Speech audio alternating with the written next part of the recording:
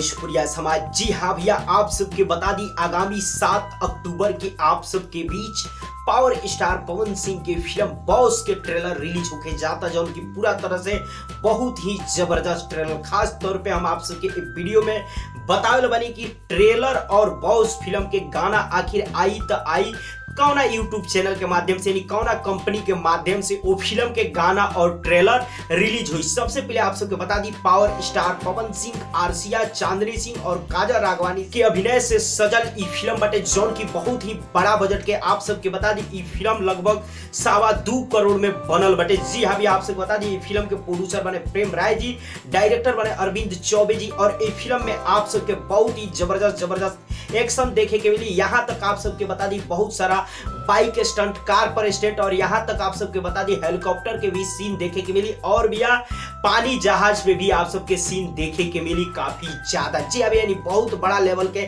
Film आवे जा रहा बा। जब ट्रेलर आई तो मैं बतौर आप सबके सीन देखे के मिली, हेलीकॉप्टर के भी, पानी जहाज के भी, और साथ ही साथ बाइक और कार के साथ स्टंट करत भी सीन आप सबके देखे के मिली ट्रेलर में, जौन की बखूबी ट्रेलर में 4 चांद लगा दी। जी अब ये धांसू ट्रेलर आप सबके बीच 7 अक्टूबर के रिलीज होके जा रहा बा, दशहरा यानी दुर्गा पूजा के शुभ अवसर पर। और फाइनली आप सबको बता दी फिल्म थिएटर में भी रिलीज होकर बा दुर्गा पूजा के ही शुभ अवसर पर। जी अब 7 तारीख के बाद कब रिलीज हुई एक के भी तारीख के अनाउंसमेंट नहीं कि कौना डेट के फिल्म सिनेमा घर में रिलीज हुई, लेकिन दशहरा में फिल्म आप सबके नजदीकी सिनेमा घर में आ रहल बा। लेकिन अभी हम बात कर रहल बा ट्रेलर के। जी अब ये ट्रेलर 7 अक्टूबर के आप सबके बीच रिलीज हो जाई, जौन की इंटरटेन रंगीला, जी अभी इंटरटेन रंगीला यूट्यूब चैनल के माध्यम से आप सबके बीच एक फिल्म के ट्रेलर और गाना यानी वीडियो सॉन्ग, ऑडियो सॉन्ग, जी हाँ भैया सारा कुछ इंटरटेन रंगीला यूट्यूब चैनल के माध्यम से